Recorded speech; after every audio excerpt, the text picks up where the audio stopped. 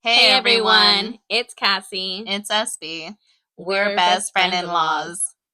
We've got some shit to say. I'm ready. Are you? Hmm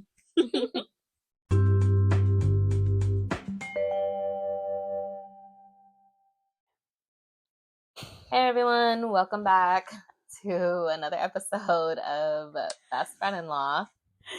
Oh, it's another week. Another week of craziness and work and kids, and here we go again. But we're here together. We got a drink in hand. What you drinking on? I'm drinking on some ginger beer and vodka. I have a Cayman watermelon margarita, one of my favorites. So I've put together a little bit of questions. We're going to introduce who is Cassie. Are we ready? Yeah, that's why we have drinks. I'm just kidding. I know. So who is Cassie? Where is Cassie from? Born and raised. Born and raised in Fresno / Clovis. It's all the same. Fresno County. I heard a little bit of Pinedale in there. And yeah, Pinedale was from till I was 9. Okay. So I did live there and started elementary school there to first grade. Okay. And then How many elementary schools did you go to? Oh, I went to, gosh, I want to say 6. We moved around a lot. If I named them off, I would say Pinedale, Sarah Vista, Garfield, Barstow. That one was the central, Fresno. And then I went to Weldon, and my last elementary school was Roding. So did you do 1 year each school, or pretty much? It's only 6 grades. Pretty much. Half a, fall, and then the other half of the year another school. Some years I went to 2 schools. Which is gotta be really hard. Oh, that's 7. I'm just kidding, because I went to Temperance Cutner. What is that? It's out in the country in Clovis. It sounds country. That was where I went on my 6th grade Sonora trip. So okay. So almost one school year, kind of. Almost, yeah. Okay. Was it hard to acclimate and continue to switch up and make friends? No, because I knew I wasn't going to stay there. Oh no. Nothing was permanent. So I just always knew don't attach. Don't attach. Lucky for me though, I went to 2 middle schools, and both of the middle schools I went to, the elementary schools that fed into them were the schools I went to. So you weren't done moving around. Even after elementary school, you still bounced again. Yes. Jesus. Okay. Yeah. And I actually went to 3 high schools before I went on home studies. Wow. Yeah. I'm going to be learning a lot about you as well. So this is kind of, yeah, because I feel like we never touch up on that. We touched up on the day-to-day. The day-to-day, who we were when we met, and that aspect. And forward. And that was it. This is really good. Yeah. I want to hug you. That's a lot to take in for a child. To bounce so much. Yeah. And not have stability. Yeah. I think the most stability I had was in my adult relationships with people around me. And that's just what it was. But I didn't know at the time it wasn't normal to not stay at schools. I thought everyone That's terrible. Switch schools. So you can see why you fight for your children to have stability in their lives. Oh yeah. I don't like them to have any change. I don't even like them changing teachers. I mean, I know they have to. Yeah, but still. you know what the cause and effect of it when it becomes more and more change. Like you can't stay in one situation. That's terrible. You can't even adjust fast enough, like year to year. Yeah. I actually didn't put any pictures up in my house or houses, like where I lived as an adult, until Daniel moved in to like make it a home. Yeah. Like ready to run again. Yeah, ready to pack up and move, because that's what we did. Yeah. We have that in common, but we'll talk about that later. Yeah. So, your mom and dad, were they together when they had you, or? No, they weren't together. They met at a party, hooked up, and here I came. Well, I mean, thankfully. Yeah. Right. And so my mom was 16 and had me at 16. Okay. And my dad thought my mom was older, but he was 17, 18, and sneaky snake. Yeah. So that was it. And where do you fall in line with your siblings? I'm second to my dad out of 5. Okay. And oldest of my mom out of 2. Okay. We went over your childhood. I mean, did your sister also experience as much bouncing around, or because there's an age gap? Well, we're 9 years apart, so not as much, I would say. I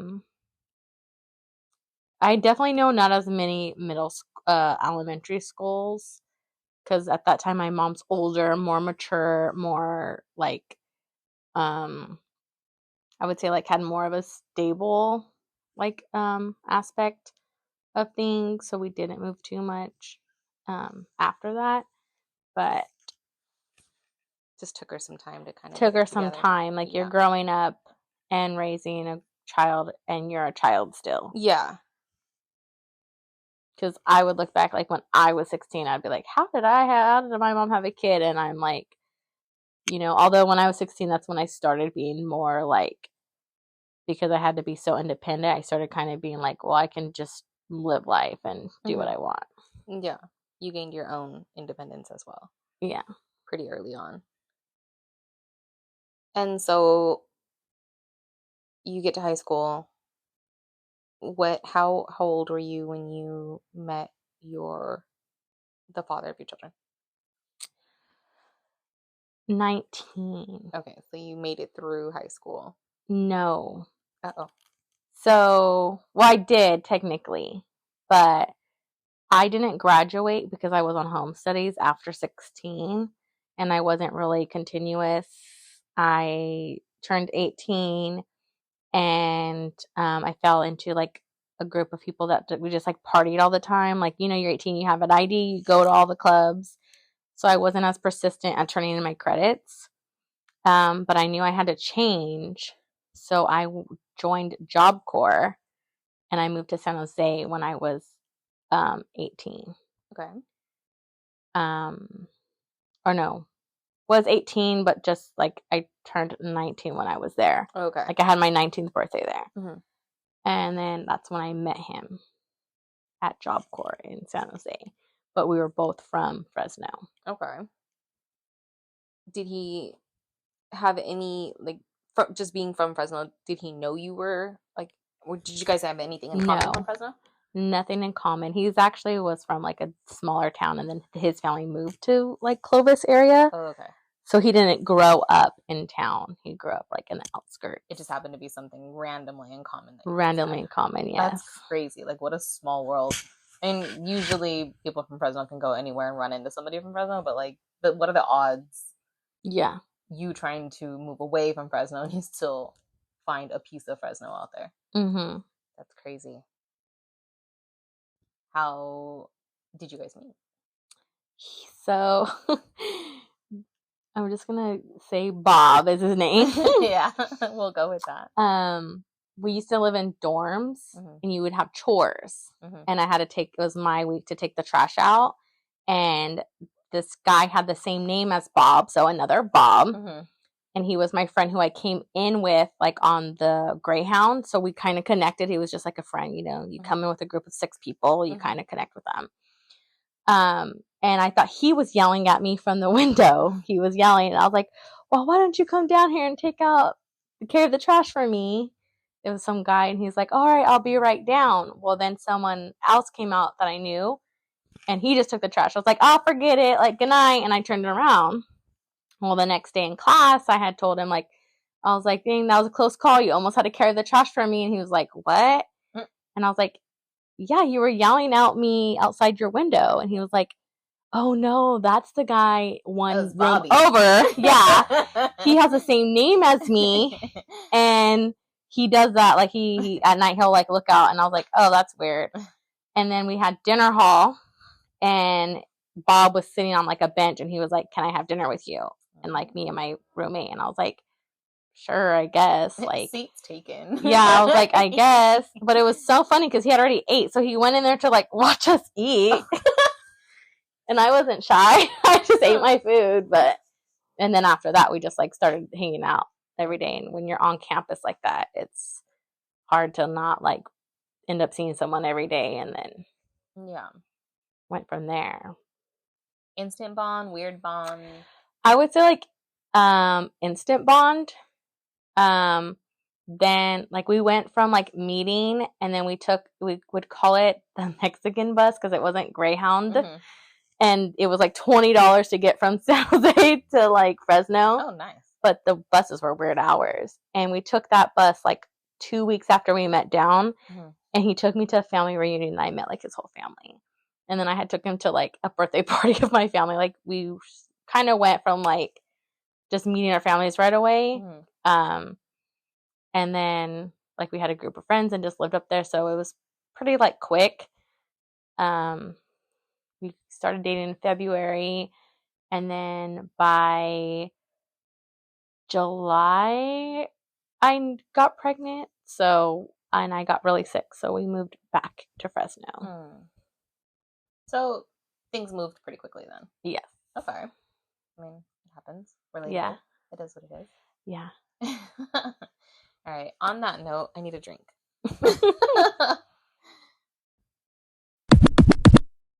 Okay, so we're at 19-year-old Kassie. Am I right? Yes. Okay. So you're back in Fresno. You're pregnant with your first. And where do you go? At that point, we moved in with, like, his parents for, like, a few weeks, maybe. And then we ended up moving in with my aunt because it just wasn't, like, I wasn't comfortable, like, being such fresh in a relationship and then moving in with, like, people I didn't really know. And I'm, like, pregnant. And, like, I was that pregnant girl that's sick her whole pregnancy. Like, morning sickness was all day. So that happened. And then by a few months, it didn't last that long because we ended up getting our own, like, 1-bedroom apartment. So he was, like, serious. Like, he was taking it serious. Oh, yeah. That's like, cool. It actually is the way we found out we were pregnant was we came down and we were actually going to get married. And we came down and told everyone, like, oh, we're planning to get married. Wow. And then the following week, we went back to school and I was sick. And on campus, they make you, like, if you have any stomach thing as a girl, you have to take a pregnancy test. And so that's what they had me do. And I was like, oh, okay, that's fine. Can you just give me Zofran? Like, you know? But then they called me into the little room and I was like, it's the first time they've called me in here. And wait, wait a minute. So you came down, like, y'all fell so fast that you were going to just get married. Yeah. 19. I love this guy. He is it. We're getting married. Yeah. That's such, like, old school love. Like, I love that. But you didn't know you were pregnant yet. It was I didn't know I was pregnant yet. Not shotgun wedding. Like, this is it. This is the one. Yeah. Getting married. Yeah. That is so interesting. I didn't know that. Yeah. And then we went back up and I got sick. You're like, we're getting married. Yeah, and then we came back down the following weekend. And we're like, there's a lot going on. Just it's like, kidding. you get married because you're pregnant. You get married because like no one believed us, and we're like, we didn't know. Like we really now didn't it's a know. shotgun wedding. Yeah, but then that wedding never happened, and we moved into our apartment. Fast forward, and had our daughter, and you know things were rocky still. You know, we're young. You don't even know each other's like favorite color at this point. It's moving so fast. Yeah, like, you know, we went from like living on campus together to not knowing how each other were living together, and now you're in the same room, same house. Why do you chew like that? I'm kidding. I don't really know. Because you really have to get to know somebody. Yeah. But you just jumped in it. Yes. And then scratch forward, you know, we didn't have internet, and our daughter's was born in April. By my 8 week, I had a C-section. What year is this? Let's just throw that 2013. Okay. So we can give a timeline. Yeah. Few weeks or month, I would say 3 months. She was probably 3 months or 4 months when you go to your checkup for your doctor. And past the next week, I was like, I'm not feeling good.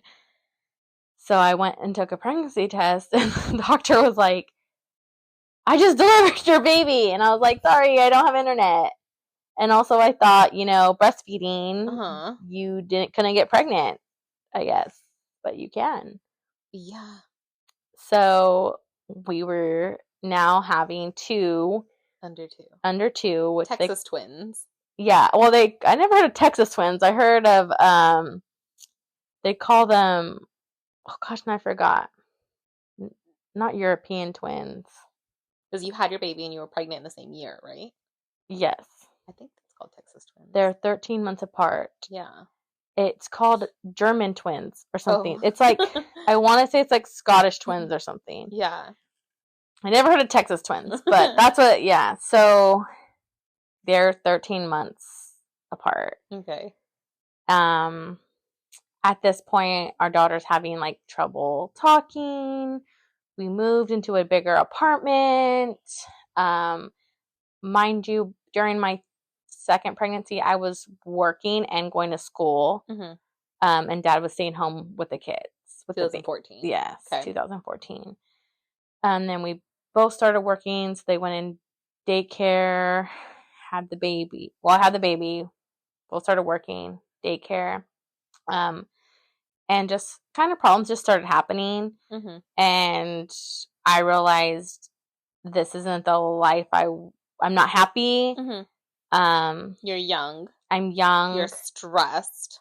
I wanted to keep my family together, and I feel like that's why I stayed longer. Yeah. Because I came from a one-parent household, and I didn't want to fail my children. Yeah.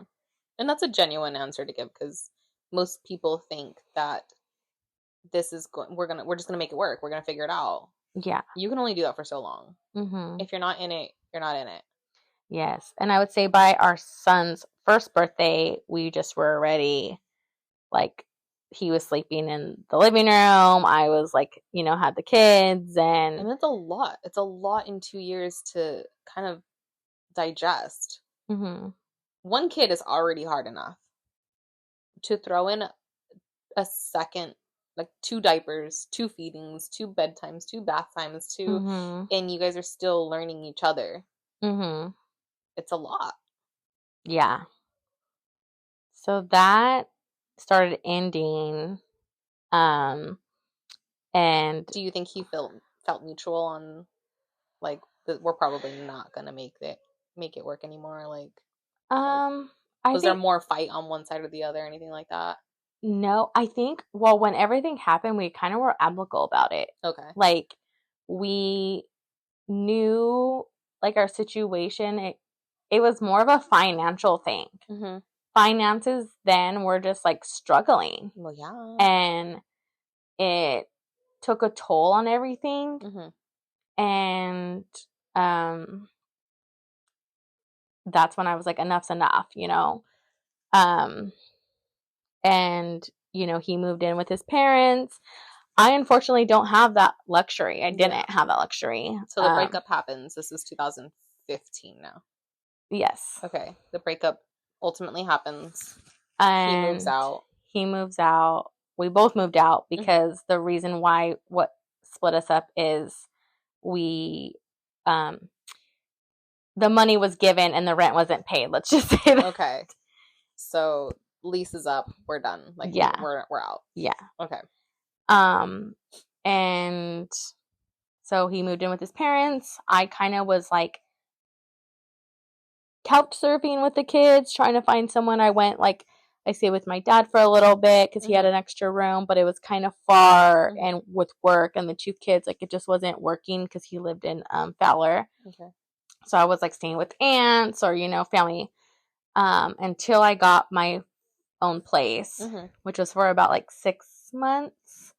But reverse to the 6 months, we started going to court just to have everything cordial. Like we literally were driving to court together. We were going to lunch after court. Like everything was like 50-50 for the kids. Right. Like we want to do what's best for the kids and what's best for like us. Especially because we were young. You know, he had people in his ear, I had people in my ear, and we're just like, no, like we know our kids. Yeah. We're going to do what's best for them.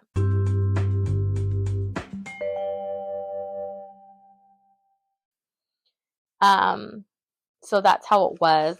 In the midst of going to court and still being on good terms, I ended up expecting our third child.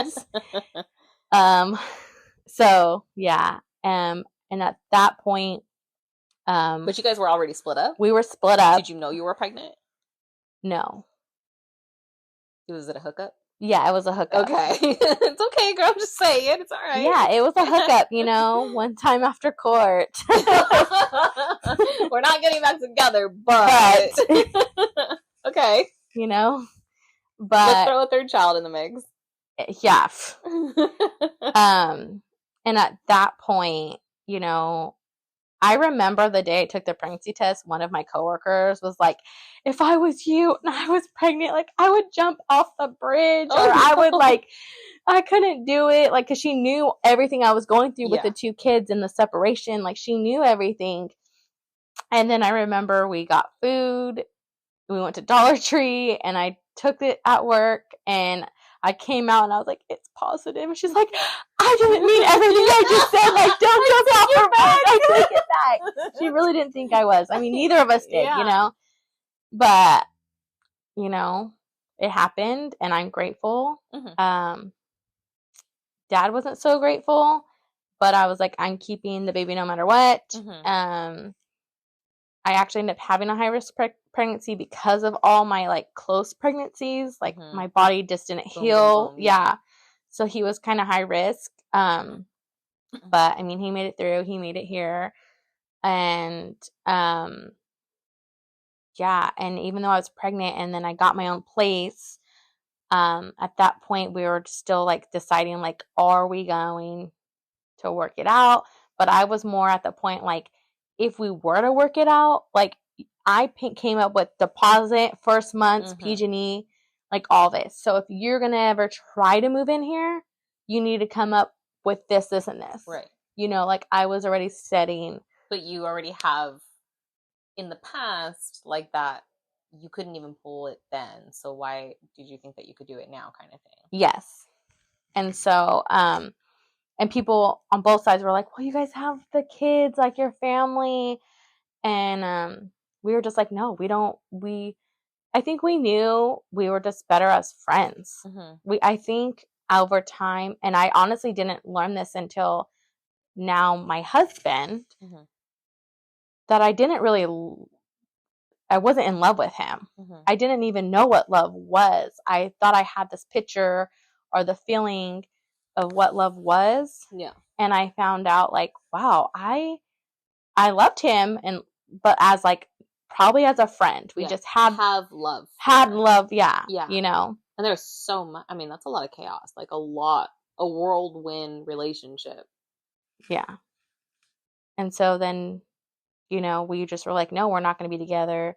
And yeah, I was pregnant, and I we started talking to other people, pregnant or not. I started talking to other people. He started talking to other people, and we just were like, we're good. Yeah. Is that hard to explain to people? Yeah. Do you know that it's like, are you looking for something like stable, or did you know that it probably wasn't going to get anywhere because you were pregnant, or like how were the reactions? So, well, my thing was I was looking just for friendship. On the times that like he had our other 2 children, I was just in my empty apartment. Yeah. So, I was very like codependent of always being with someone, because when we were together, we went everywhere together except for work. We went to Walmart together. We went Target, everywhere together. So that codependency was really there. So I had to learn to be alone, which was hard. So that's why I started talking to people. But it was always like a friendship base. Like, I was like, I'm pregnant. I'm not looking for someone to hook up with, for one, or a dad, or a dad for my or like someone to replace my kid's dad. So that happened. But by the time, and our agreement was we were not going to try to have anything serious until after our son was born, because I wanted him to be in the delivery room. I wanted to like still be cordial enough. But plans changed on his end. So he actually wasn't in the delivery room when I had our 3rd child. Oh. Because he met someone at work, and they started, obviously he's a fast-paced relationship guy. Yeah. So it kind of went fast-paced, and was it kind of like he broke the rules, or like did you guys have like an actual agreement, or was it like an unspoken agreement? No, there was a conversation, like an agreement. Yeah. Did that hurt? I was more disappointed at the fact that you held up your end, or like my son was going to lose the experience of like knowing his dad was there when he was born, because our other kids got that. Like I wanted him to have the same experience and never feel like he was different. And then the ultimate thing is like I could have had him in the room, but I had a C-section. I needed someone that was going to be there to support me. Yeah. And he was there, and he was the first person to come back once they had me in like recovery, to like hold him and see him. Like I wanted that still to be like no one else can come back except dad. Yeah. I even, when I was in the hospital, his family came. Like I was still very like, I want our son to know his father, to know them. Yeah. That's just kind of how I have my mentality of like, I just wanted my son to have the same experience. Right. That makes sense. I think that I would probably have my feelings hurt, given if I was in your shoes at that moment. I don't know. I think forgiveness would be a big conversation later on down the road that you may never have, but like at least like, you know what, I don't forgive you for that. If I was in your shoes, I don't know that I could move past that, especially if it was a spoken agreement. Yeah, I just think I did a lot, and this, like I'm, Christian, and I did a lot of praying. I never like have anger towards him, even after everything, even to this day. I don't hold anything that his actions, anything. I just like, I forgive. I don't forget, but I forgive for me, not for him. Yeah. And I feel like in that, back then I used to pray to heal my heart from my broken family, because that's what I would be most sad. I was devastated in the beginning before the new girl, who was now his wife, but I was devastated that my family wasn't going to be together. Yeah, which understandable, like absolutely. But once I was like had my son and everything, like, I was just happy I had my kids. I was happy, me and my 3 kids in our 2-bedroom apartment, like, You're happy. solid, yeah. I, at that point, knew I don't need a partner. I can do this. Yeah. Well, you mean the kids have their dad. Mm-hmm. You just didn't have it in your home, like a complete. Yes. I mean, and that's just. And I'm glad I did it so young. Like, I tell people, I never regret doing it when they were so little, because now they know nothing different. Yeah. They don't know, they didn't have to go through the trauma of having, what if I waited? Yeah. What if we would have stuck it out, and then realized we didn't love each other, then realized this stuff. And then core memories happened. Happened. Our kids now have to deal with divorced parents, and remembering that we were in one home, Yeah. They don't know another life.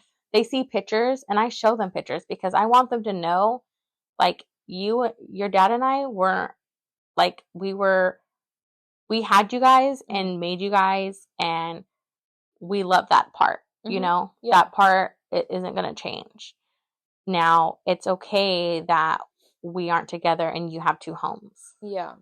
And I feel like it's, as they're getting older, it's kind of more normalized and they see it more, as to when they were younger, they didn't understand why other kids had 2 parents only, know, but now that they're getting older, they are connecting the dots. Yeah. Oh, that was a lot that I didn't know. I appreciate you opening up. Yeah, I don't tell a lot of people that unless you were there. Yeah. Because, I grew up, and I feel like my past makes me who I am, but I also don't, like, dwell on it, because it doesn't define you. It doesn't define me. Yeah. Like, there's so much other little things that happen way in between to where I am now, but I don't let any of that define me. I'm happy where I'm at, and that's okay, Yeah. Like, I didn't have the greatest childhood. That's okay, because I make sure my kids, have what I didn't have, and some, which sometimes can be faulty, but, I think it makes me who I am, and I'm a strong woman for it. And, we need strong women in this world. Absolutely. I agree.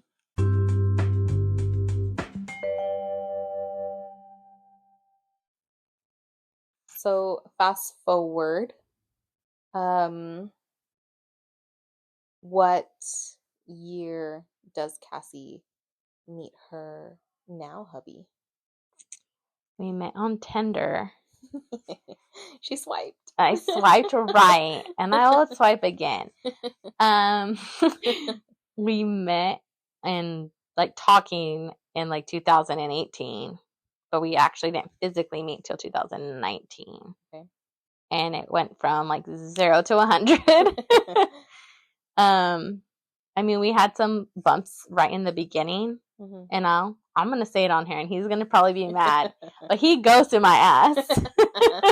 So he's very lucky to be where he is. He's very lucky, because I was so upset, and this is what I tell people, and people, like, I even almost cry when I talk about it. When he ghosted me, I had never cried like that for a guy. Aww. Ever. Like, I remember this girl who's no longer my friend. I remember I was crying. I was like, I'm the ghoster. I do the ghosting. I don't get ghosts. And I'm crying. And she's like, I go, I really liked him. Like, I can't believe, like, I would never think he would have done this to me. Yeah. And, she was just like, well, what's meant to be will come back. And, he, that was like, he ghosted me for 1 week. Came back, and then some stuff happened again, and he ghosted me again. And apparently, from his perspective, like, things were happening on his end, and threats were being made towards me, and he was trying to like protect me and not bring me into his messy mess. Is a topic for another day. Another day. But you know, after that second ghost, I really like blocked him, and I was like, no. And 2 strikes. 2 strikes. So that was January, February, March. I didn't talk to him, and then in April, he messaged me DM'd me on Instagram. He slid in the DMs. He slid in the DMs, and I remember I was like so rude to him. I was like, "What do you want?" And he was like, "Oh, I'm sorry. Like, I hope your daughter like had a good birthday," because I had like pictures of my daughter's birthday, and I was like, I guess, like, and he's like, am I bothering you? And I low-key, like, didn't want him to stop talking to me, but so I was trying to be, like, nice, but mean at the same time. Like short. Yeah, like, short. And then he was like, I'm sorry for everything. I'll prove it to you. Bring it on. And I'm like, all of the apologies. Show me the proof. He lived by Roosevelt, and I worked at Community in Clovis, and he would drive for my 15-minute breaks every day and my lunches. So he would come for my breaks and my lunches. Should have just camped out. That is a drive. I know. He had a good gas saver at the time. I miss that car. But yeah, and just to prove to me that he was committed. And it worked. And that was by April. By June, he was living with me, low-key, but no one knew. What year is this? 2019. So no one knew. 4th of July, I believe he came here for 4th of July, and he dropped me and the kids off at like my aunt's house. And my aunt literally thought he was my Uber. Oh no. Because no one's like met him yet. Yeah. Like, but he was already living with us. I was just really private at the time. And yeah, and then that was it. It was Endgame. And you guys are newlyweds. Yes, we got married this year in 2024. Insert applause noises. Yay! I locked him down finally after 5 years. And now our friendship has turned from being best friends to sister-in-laws. Yeah. Hence where we've got our name from. Everybody like tries to figure out how to connect the dots, and this is it. Yeah. This is how we became best friend-in-laws. But let's go back to before I met you, that you low-key stalked me and already knew who I was, and I had 3 kids. Me? Yeah. You told me you were like, we already knew about you before he brought you around. Oh, dang. Investigator SB. Oh, probably. I think you guys like found me on Facebook or I'm something. Like FBI. Yeah, FBI. Well, we do have a couple people in common because Fresno is so small, too. Yeah, that is true. Mutual friends. Other ex-in-laws. Family. Yeah. Family, ex-in-laws. Were you at her first wedding? No. I didn't get invited. Oh, because I was like, I probably would have met you then. Yeah. We probably could have been friends way longer. And we probably could have been friends before the brothers. Right? Which would have been interesting. I know. But our paths have crossed, and it's been a blessing. So yeah, I'm glad that we were able to lay out who you are, where you've come from, where you've been, and where you are now. Next week is my turn. I'm ready. All right. Also DM me if you have any questions that you want me to ask SB. Oh Lord. No, that's gonna be for another time. We're gonna make mine super easy. Yeah, so I just want to quickly mention that we do have an email address. It's bfil.podcast@gmail.com. If you do have any questions or comments, things you need advice on, anything you want to plug in, you can send it anonymously, or we can keep you anonymous as well. Yeah. Again, follow us on our socials. We're on TikTok. We're on Instagram. at bfil.podcast. And we're going to wrap it up tonight. We're going to see you next week. Yeah. Stay tuned. Ta-ta for now.